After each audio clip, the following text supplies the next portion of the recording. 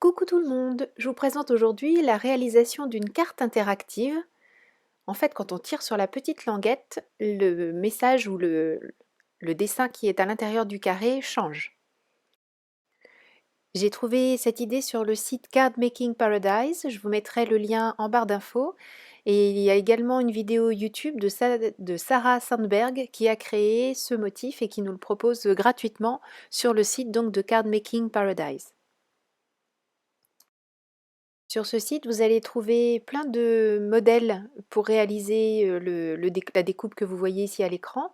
Moi, j'ai choisi de télécharger le modèle qui se découpe avec la silhouette, mais vous avez également le PDF, vous avez tout un tas de sortes de fichiers à télécharger en fonction de la découpe que vous souhaitez réaliser.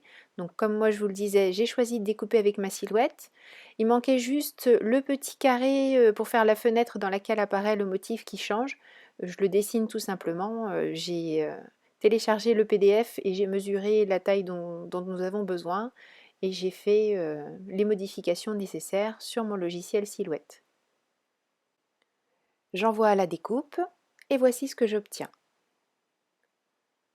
Toutes les parties sont parfaitement découpées, il n'y a plus qu'à les mettre en couleur et à les assembler. Alors bien sûr, comme je vous le disais, vous pouvez télécharger le PDF et faire toutes vos découpes avec le cutter et le réglé. Vous obtiendrez exactement le même résultat. Pour bien savoir où positionner votre dessin ou vos photos, parce que vous pouvez tout à fait utiliser des photos dans ce style de carte, vous avez sur le site ce modèle qui vous montre exactement où mettre votre tamponnage ou vos photos. Parce que vous voyez que sur la partie avec la languette, la photo est vraiment sur la gauche. Donc pour éviter d'avoir des soucis et de me faire piéger après, j'ai pris le petit cadre qui est découpé dans la carte qu'on aperçoit sur la droite. Avec mon crayon de papier, j'ai tracé tout simplement un trait à l'intérieur de ce cadre pour être sûr de bien positionner mon motif. Je tamponne à la memento puisque comme dans 90% des cas, je vais utiliser mes feutres à alcool. Et je vais faire une mise en couleur vraiment super simple. Avant de mettre en couleur, je vais masquer avec du papier de masquage Ink Doo les petits éléments que j'ai choisi de mettre en couleur. Et je vais réaliser un fond avec mes Distress Oxide et des pochoirs. En l'occurrence, c'est tout d'abord un masque que je vais utiliser puisque j'ai fait une découpe dans du Bristol avec un die bordure herbe. Et avec la Distress Lucky Clover, je viens faire un petit fond d'herbe sur mon poussin. Je prends ensuite le masque nuage de chez Tout en Colle, de la Distress Oxide Broken China, et je viens réaliser mon petit fond nuageux comme je le fais très souvent sur mes cartes.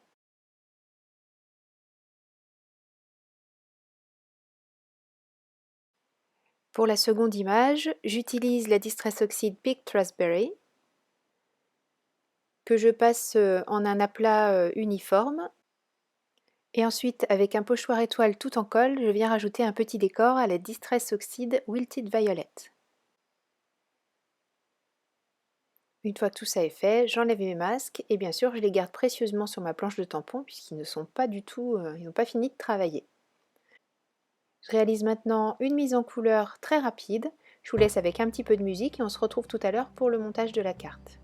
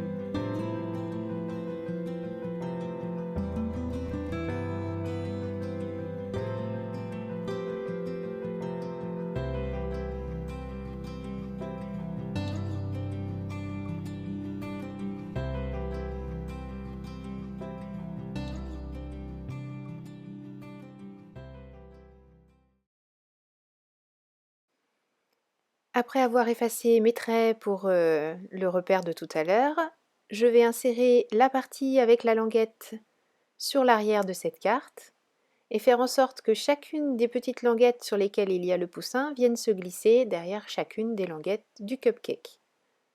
Et c'est ce qui va faire que notre image va changer quand on tirera sur la petite languette. Alors je vous laisse cette partie à vitesse réelle, juste pour que vous voyez bien comment on glisse chacune des parties, puisque c'est quand même ce qui va faire toute la magie de cette carte, donc autant bien comprendre comment ça fonctionne. On va maintenant fixer tout ça. La partie sur laquelle vous avez ces deux petites pattes de collage, mais justement on va mettre de la colle sur l'une d'entre elles et la glisser sous la partie qui est ici avec la tirette. Voilà, donc en fait on ne vient pas coller la partie avec tirette, surtout pas. On colle cette partie par-dessus. On vient faire une sorte de couvercle en fait dans lequel va venir se glisser cette partie. Par contre, on met de la colle sur les petites pattes qui étaient indépendantes les unes des autres et qu'on a glissées dans la partie à tirette. De la colle sur la deuxième patte de collage. Et on va venir glisser cette deuxième patte de collage à nouveau sous la partie à tirette. Donc en fait, comme je vous le disais, on fait une sorte de petit couloir, de petit couvercle dans lequel va venir glisser cette partie à tirette. Donc il ne faut pas trop serrer les deux bords pour que ça bouge correctement. Voilà, c'est juste ça auquel il faut faire attention. Donc on ne met pas trop de colle non plus pour pas que ça déborde. Dans une chute de papier, j'ai découpé ce magnifique die de fond de chez Lone Fawn. Je repère l'endroit où sera fixé mon cadre et je fais une petite fenêtre pour que l'on puisse voir bien sûr ma petite carte changée. J'encre très légèrement les bords de cette découpe avec le même tampon de Picked Raspberry que tout à l'heure. Je n'ai pas du tout remis d'encre dessus, je me sers uniquement de ce qui reste. Je colle en place cette découpe. Donc je mets quelques points de colle à l'arrière et je viens le placer correctement sur mon devant de carte.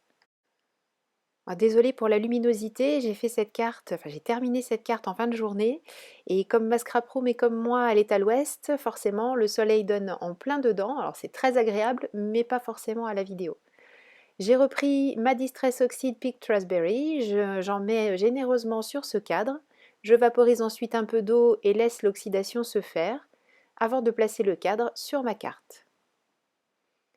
Je vais également réaliser une base de carte en pliant tout simplement un morceau de Bristol aux dimensions dont j'ai besoin et je vais ancrer les bords de cette carte avec la même Distress Oxide Picked Raspberry. Une fois tous ces éléments terminés, il ne reste plus qu'à faire le montage final, c'est-à-dire tout simplement mettre cette partie avec mécanisme sur mon devant de carte.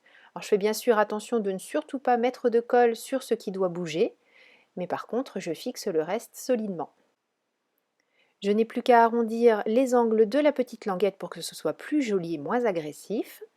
Un petit peu d'encre rose à nouveau. Et ma carte est terminée. J'espère que ce projet vous a plu, vous aurez envie d'en réaliser à votre tour. Je vous invite donc à aller faire un tour sur le site de Card Making Paradise.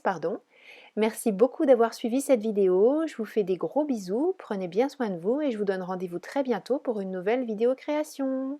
Bye bye!